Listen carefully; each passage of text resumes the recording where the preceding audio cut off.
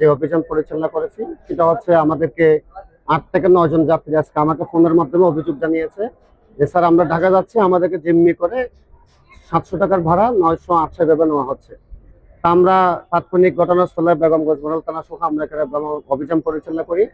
আমরা এখানে Econo express এবং এখানে হচ্ছে লাল সবুজ বিআরটিসি কাউন্টার, একাধিক কাউন্টার আমরা যখন এটা অভিযান পরিচালনা করি যাত্রীদেরকে জিজ্ঞেস করি, আমরা তার সত্যতা পাই যে বাড়তি ভাড়া। এবং তারা আরেকটা বিষয় হচ্ছে যাত্রীরা জানেই না যে এখান থেকে ঢাকার ভাড়া কত, কারণ আপনি আইনসঙ্গতভাবে যে সড়ক পরিবহন আইন ২০১৮ অনুসারে নগদ নিয়ে এলো হার না মানা হার অফার।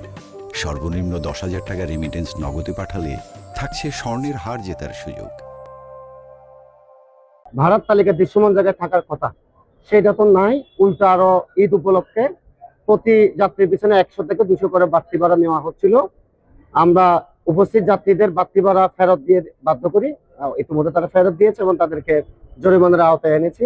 আমরা আজকে টোটাল ৪টি মামলায় সড়ক পরিবহন আইন ২০১৮ মতো ১৮,০০০ টাকা অর্থদণ্ড করেছি এবং যাত্রীদের বাড়তি ভাড়া ফেরত দেওয়ার ব্যবস্থা করেছি।